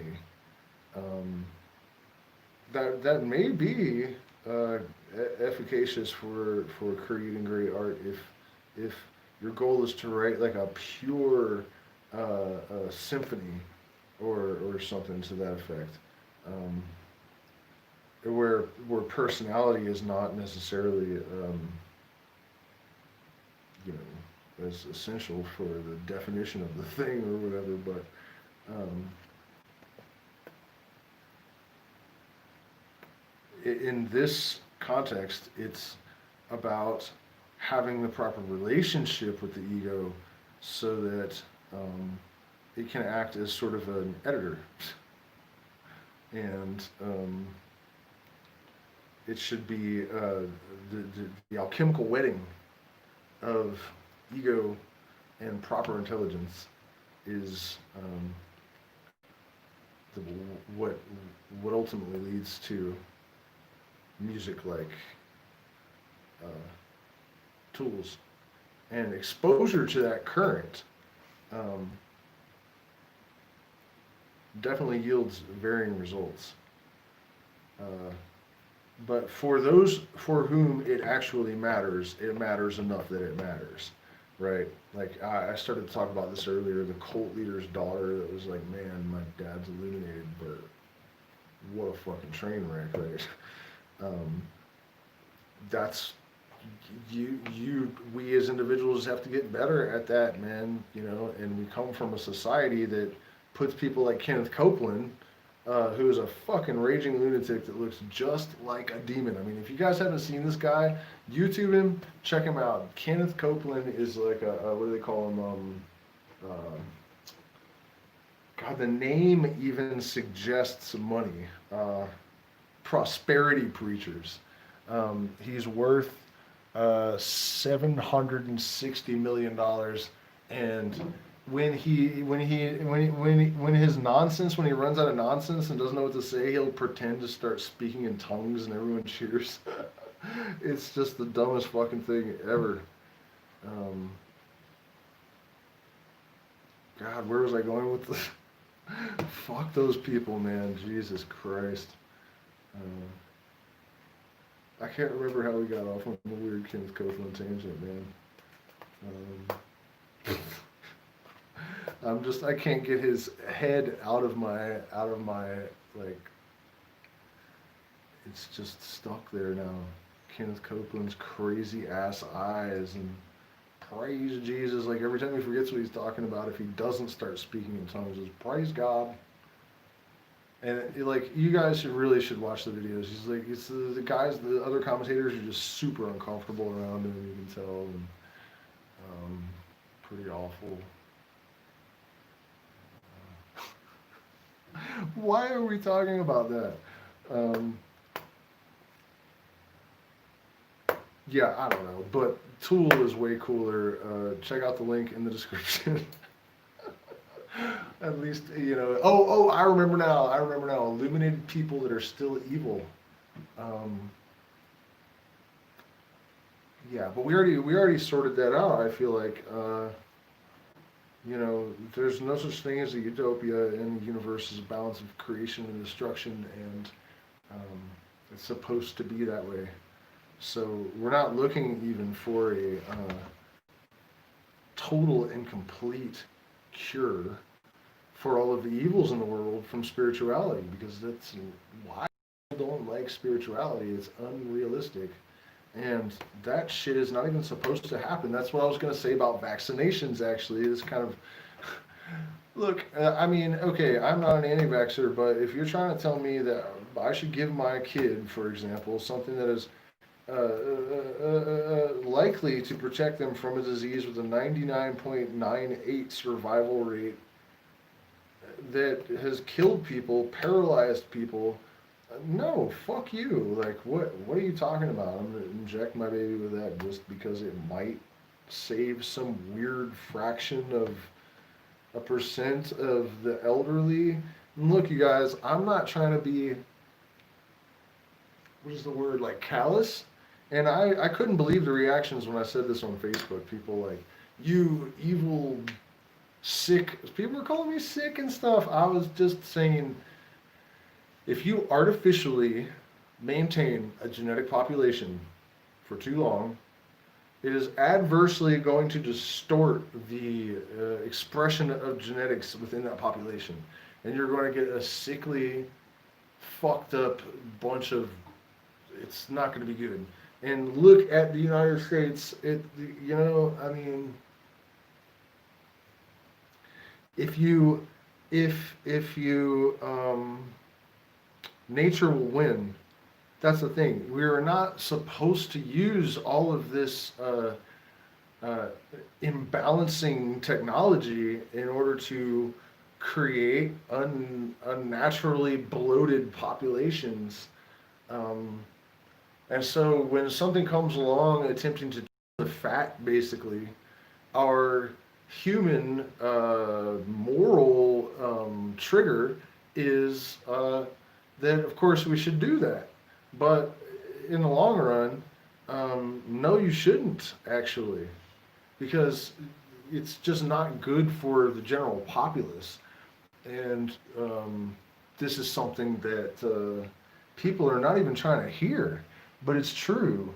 Um, and you can drive out nature with a pitchfork, but it will come roaring back again, as Tom Waits once wrote. And that's what, some of these things, the hard truths of the laws of nature, you cannot do it this way without negative repercussions. I'm sorry. Like, you don't, there are definitely scientists who agree with me as well, by the way, totally legit. But you can't make money off of people that are saying no to big pharma, so you don't hear from them. It's not that they don't exist. I mean, the narrative control in the media is definitely real, and I have not seen any apologies from the people that were just outright calling anti-vaxxers idiots, as people are taking an understudied vaccine and fucking dropping dead and getting paralyzed and whatever else. And viruses are there because the universe is intelligent, and it has ways of managing a population that is governed by that equation that we started out talking about. It's an expression of that, and that equation is going to pulse through the universe, driving everything, whether you fucking like it or not, and whether you fight it with vaccinations or not. Bad idea. It was just a bad idea. It seemed like the humanitarian thing to do to prevent disease and shit. But why do you want to even create masses of imbecilic, unthinking humans that are just going to take everything for granted, destroy the world, and then die? Thank God we vaccinated them. Like, what the fuck are people thinking? This is not, it's not the answer. It's not the answer. So, and I hope that I'm speaking for all intelligent people when I put it that bluntly. I know it really pisses people off. Yeah, that's what I was thinking about that preacher, Kenneth Copeland, man. He is literally a demon. It's not just that he looks like a demon. The motherfucker actually is a demon. And that's what I've been saying, and the Gnostics have been saying about Christianity for a long time, is that it actually is, like, the opposite of what Jesus even said it in the book of Revelation. He said, I am the bright and shining morning star. And there's like nobody, even when the Pope said, Jesus' father who is Lucifer, the fucking Pope said that and no one noticed, you know what I mean? Like, god damn. And by the way, I don't believe in any of it. I'm not one of those people, but it's just an amazing way to illustrate the crazy ass selective perception and like how it's possible to do what they have done with the sheep. And why, I mean, okay, you guys, psychedelics are still more illegal than heroin in the United States. And people used to think that that was because of misguided, you know, they're just old and crotchety or whatever. I guess a lot of them believed that the psychedelics were actually. No, I can't commit to being an anti-vaxxer because I can't say that vaccines in and of themselves are bad for people. It's not that. I think a lot of the additives are bad, and I think, well, okay, maybe I have to be. Maybe you're right. Maybe you're right because that's always been the issue that I have. Don't I have a child? Don't I want to protect my child? Absolutely. But do I have such a crazy inflated ego that I think that the laws of nature should be suspended for us just because we can? No, not necessarily. That doesn't make sense. I really don't think that makes sense. If you want healthy populations, then you need to let nature do its fucking job. Am I wrong? I mean, to some extent we can intervene, you know, but I just think that these massive populations have proven unmanageable. If you have bad management of, okay, for example, you guys, why shouldn't you fuck with the occult? Remember earlier I was talking about Mickey Mouse and the brooms? Look what happened when Einstein is like, oh, by the way, you can split an atom, like Nagasaki and Hiroshima. we discover the secrets of nature and then we use that knowledge to kindle the same energy that lights the stars upon our enemies. Even though in that case, our enemies were really actually just innocent men, women, and children. It's always like I catch a lot of shit from my fellow patriots in the United States because I'm like, how can you guys be so blindly patriotic when this is a government that is constantly squawking about terrorism and committed the single greatest by, I mean, in terms of a single act and the fallout from that act, the single greatest act of terrorism in the history of the world by leaps and bounds, and they're just whining about terrorism all the time. Like, shut the fuck up, boy. Who are you to, it just reminded me of like the spokesperson for like Families Against Domestic Violence, like smacking his wife in the mouth every time she tried to step to the microphone and then still running his mouth, you know? That is the United States, like, and what is crazy at this point is that the rest of the world can see it, it appears to me. And it's only the some segment of the population within the United States. I just found this quote from the Nazi in charge of engineering mind control. He said, the more we do to them, the less they seem to believe that we are doing it. So,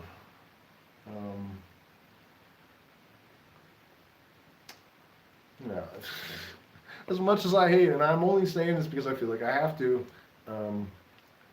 whatever the worst conspiracy theory is that you can think of, make it worse, and that something along those lines is what's actually happening.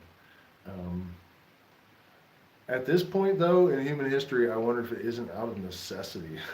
just to survive the whole thing, you know, to to ensure that the game continues for anyone at all, they need to seriously decrease the population and rapidly. I've been thinking this since the 2000s, early 2000s, that that's what they were doing, and it seems increasingly like that's what they're doing. And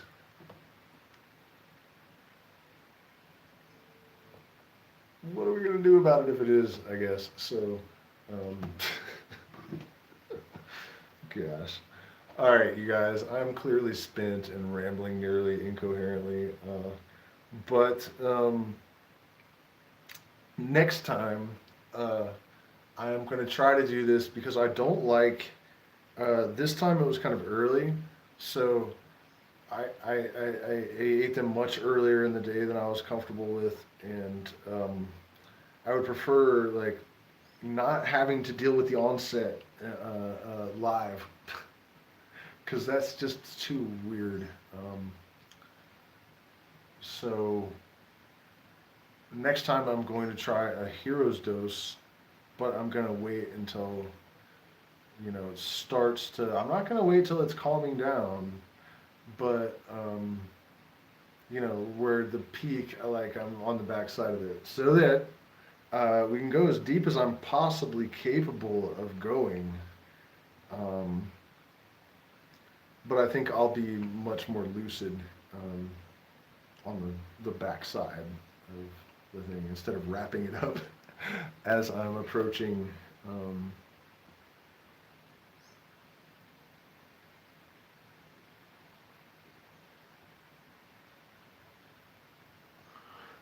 well, no, let's not wrap it up because actually, Zindra, I think that that's a really important.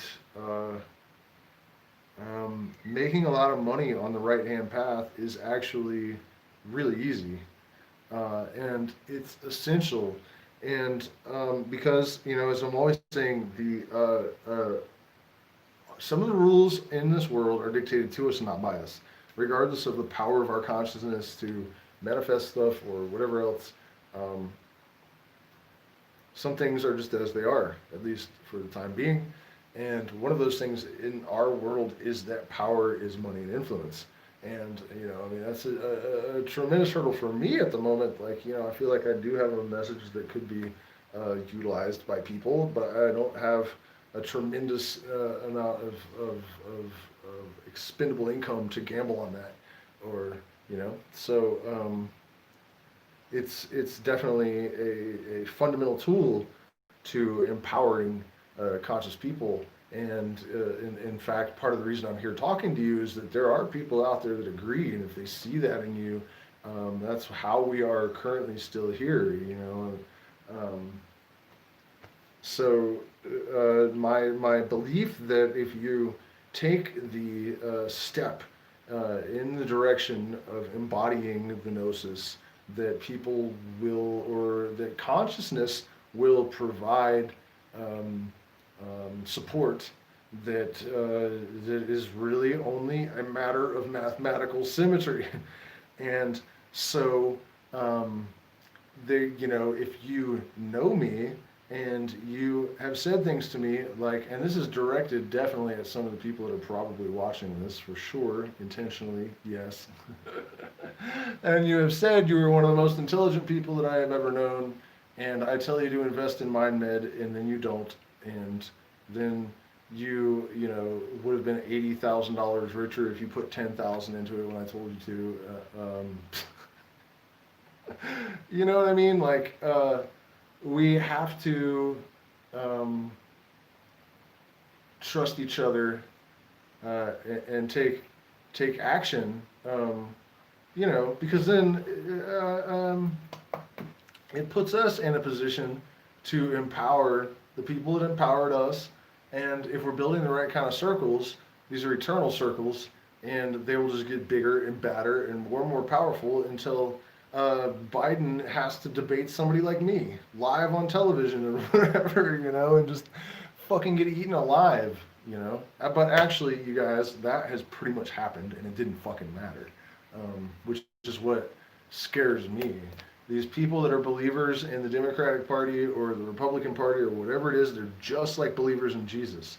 They don't fucking like to hear that. I mean, the ones on the right are like, yeah, of course we are, you know, but on the left, they're like, no, bro, we hate religion. And it's like, no, you dumb fucks are totally bought into a different version of it. I'm sorry I use such harsh language, but I am angry at those people for being so goddamn dumb, you know. And it's not really stupidity. I say that out of cynicism. I'm trying to get better about it.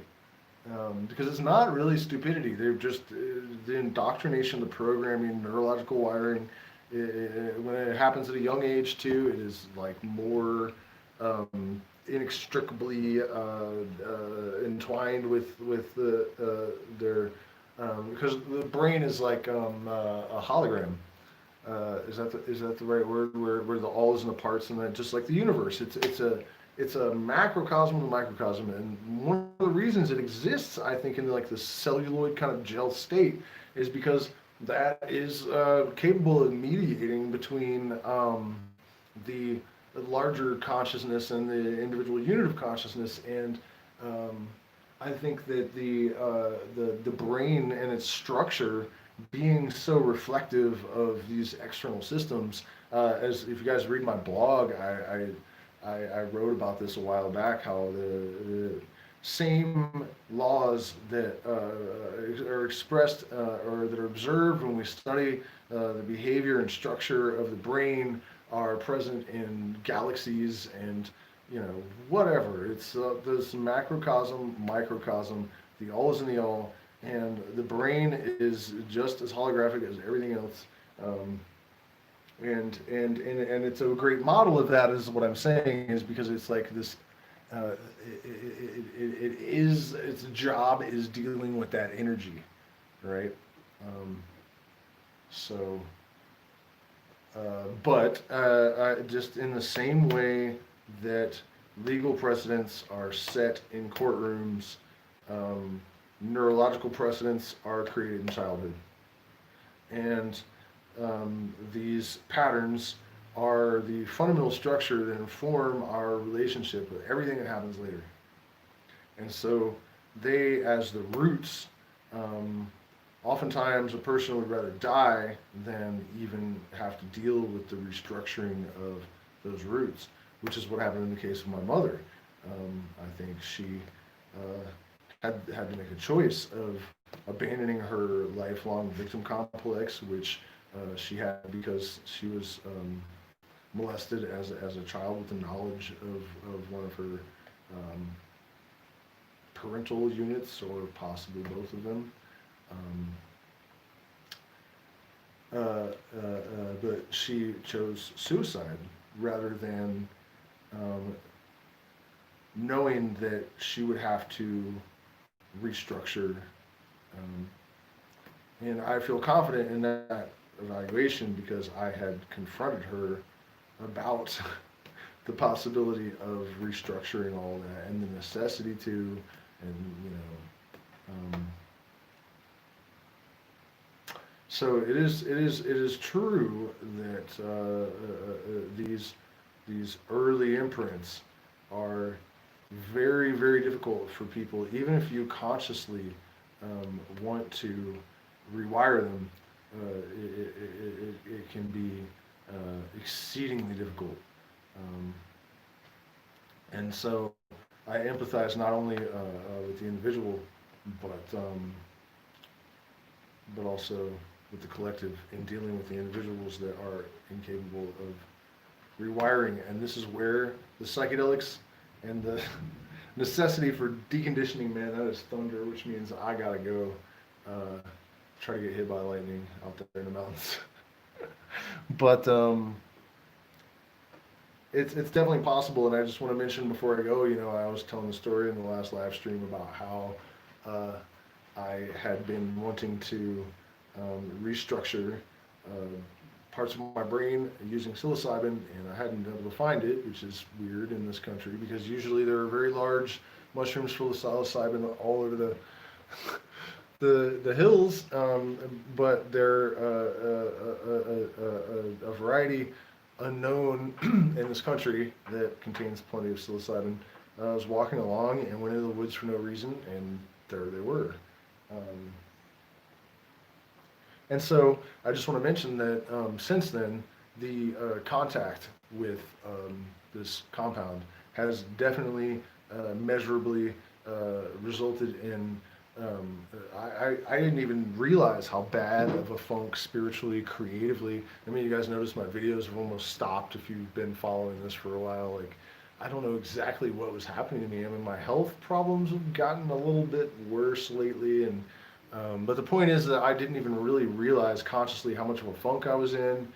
I started to write really good blogs, and then I just stopped completely again, and I was in some kind of weird free fall or something, and I don't know exactly what triggered that, or but I do know that the psilocybin pulled me out of it.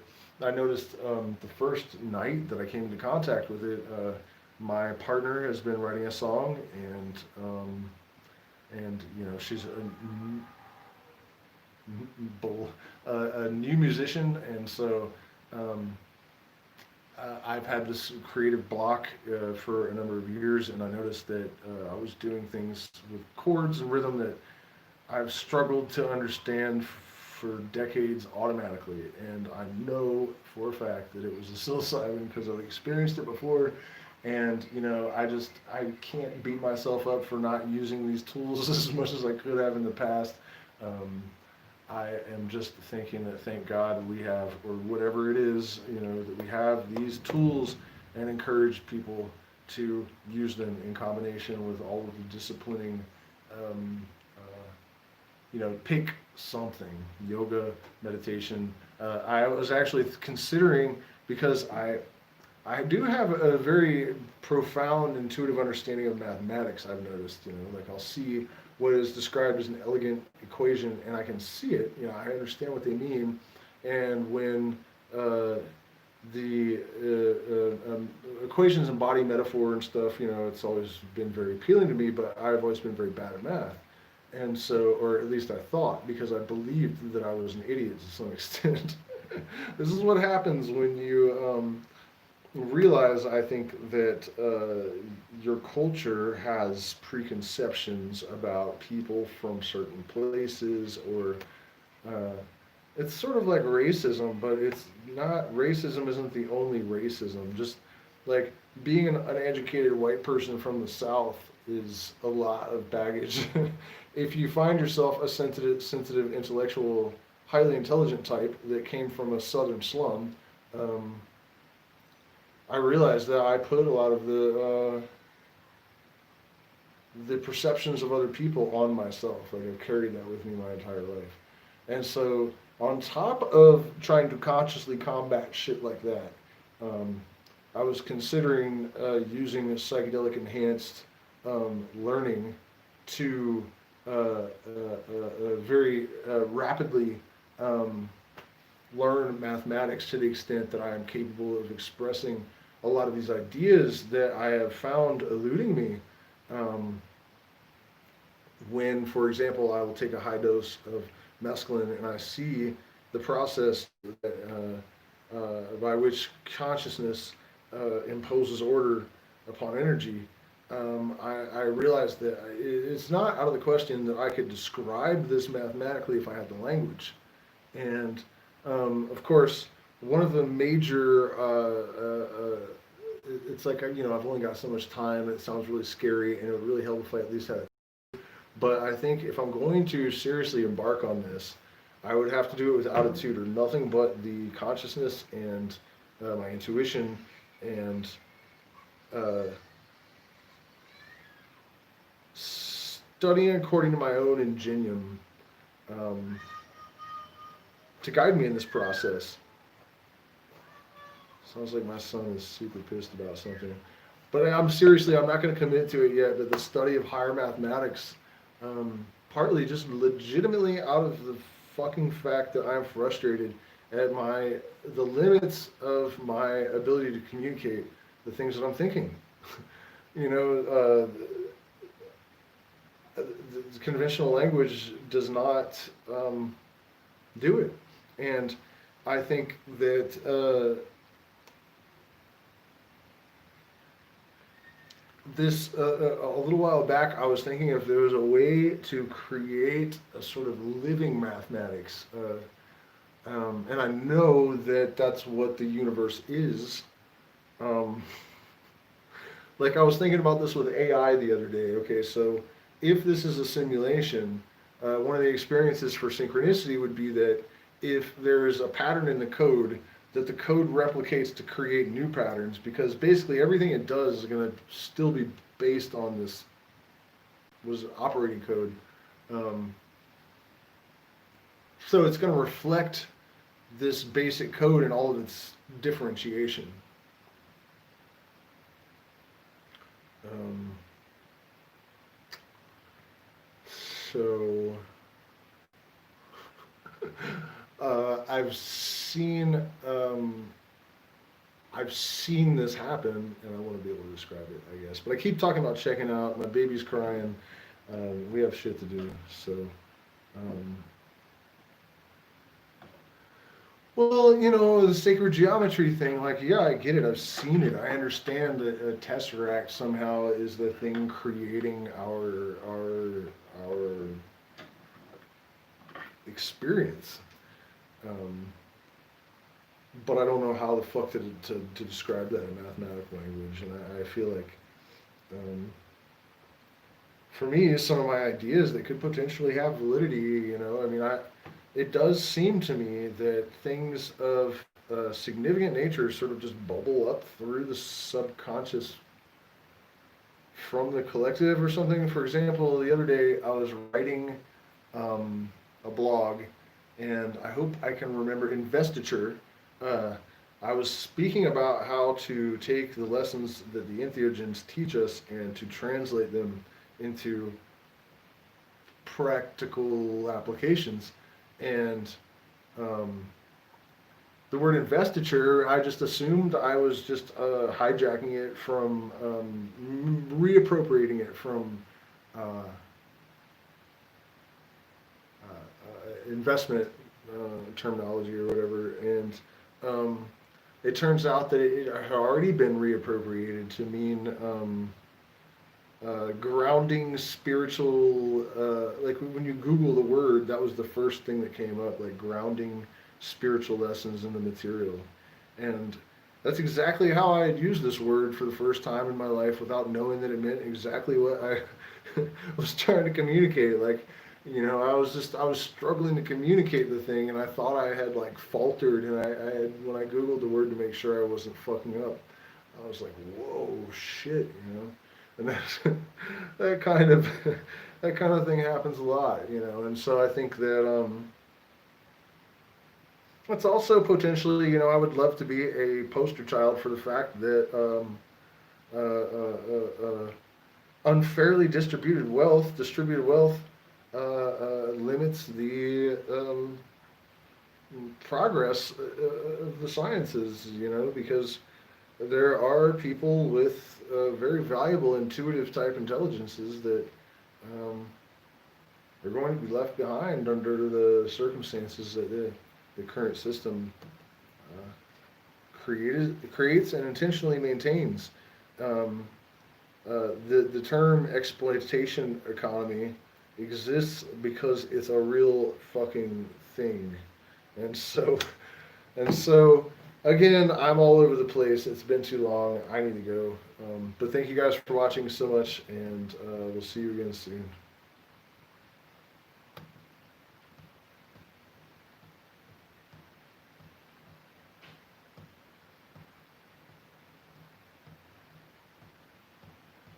Actually, you know what? I just realized that stopping it on the computer doesn't do anything because that's not where it's coming from. And that Xandra, Zindra, what she had asked about making money, I didn't really go into that as much as I could. The equation that I was talking about earlier that governs everything from ducts to the firings of neurons, apparently chaotic systems that shouldn't be able to be predicted. the financial markets are a little bit different because there are fundamentals that influence the market that are not apparently expressions of chaos, but they are. Oh, but they are. And um, so I need to think about this a little bit more, but there are going to be vectors of convergence, let's call them, where uh, chaos and order meet predictably. And so when I was talking about how knowledge of this kind of stuff is what has allowed empire builders to thrive and empower themselves, um, this is the kind of thing that I was talking about. And um, aside from that, there's the very, very obvious. Uh, when you have a situation like a pandemic, investing in vaccine companies is the obvious move unless you have morals. In which case, you would look for because this is the most basic, fundamental thing of being an entrepreneur is to look for needs and create ways to fulfill them. One of the problems with the American style of doing this is that they have had to create needs in order to create solutions. But um, so the thing that is threatening the continued existence of the wealthiest empire in the world, and you guys really, I hope you're listening at the moment because if I've ever given valuable advice, here it is. Seriously, um, they are shooting themselves and they don't know why. Actually, WikiLeaks, according to WikiLeaks, big point for the conspiracy theorists, the FBI is the one that shot up the LA concert or whatever and blamed it on some random gunman that didn't even exist. So either WikiLeaks is full of shit or the government is way more fucking malicious than most people would ever imagine, and the conspiracy theorists have won another round. Um, but I don't want to get off topic here. The solution for their fucking mental issues is psilocybin, which is why, and remember, this isn't just a problem in the United States. This is a problem around the fucking world. And the problem is that there are people that have spent a lot of money to ensure that these people maintained their fucking aberrated neurological fucking puddle of awfulness that has facilitated, all the suicides and shootings um, and so the SSRIs and the Band-Aid type of symptom management that Big Pharma has very intentionally crafted that has absolutely nothing to do with curing anything and in many cases has actually been substantially proven to exacerbate the conditions that it's meant to address. Psilocybin is the antidote to all of it.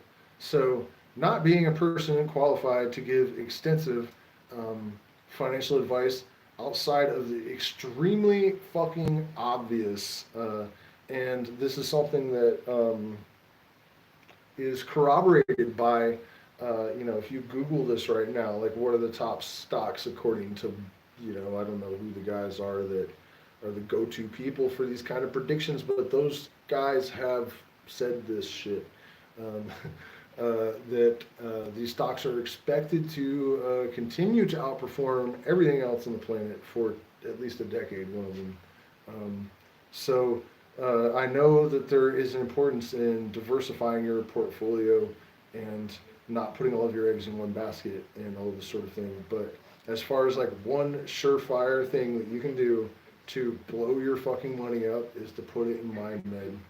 There's also another company. I haven't looked into the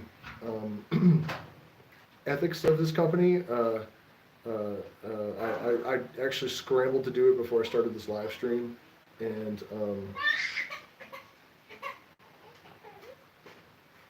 failed to get it done in time. But Genesis is a company that is outperforming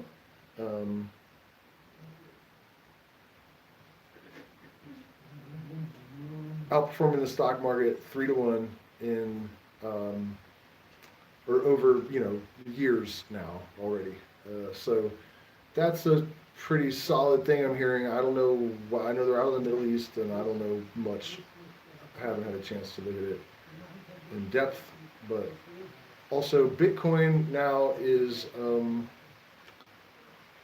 probably not as. I don't know what I think. Some people are saying it's going to continue to do this crazy gain thing, but way iffy. If you guys are looking for, say in the short term ish, to see like 10 times your investment, MindMed and a couple of the other big psilocybin companies are probably the most ethical way to see quick returns on your money. So let's see, what is it? The 29th. I'm trying to think. I'll probably do one more of these before we head out to the jungle. Even a higher dose. Hopefully, I've been trying to balance my chaos by having like a little bit of an outline in the notebook, but I noticed that didn't really help all that much, and it may only serve as a distraction. Maybe I should just kind of let these things go organically, which it was kind of fucked with me that I did a description, because I feel like I have some obligation to mention everything I put in the description, and I'm trying to. Yeah, so that's it, you guys. I mean, the chaos that we're experiencing is the greatest source of fear and confusion, but it is also elucidating and illuminating things that we never would have noticed otherwise. And so, just as in every other crisis, it is an equal parts mixture of danger and opportunity. And so, if we act with intelligence, we will rise. If we entrain our consciousness with whatever level of consciousness is in the bubble directly above us, we will all fizz to the top. And that's basically, the fucking short version of the lesson of this is that, it is just an alignment with, an understanding and alignment with the fundamental operating processes of nature and our consciousness. We can reliably and drastically and in ways that will surprise us improve not only our own experience, but by proxy the experience of the other units of consciousness that surround us. So on that note, thank you so much for watching, and we'll see you again soon.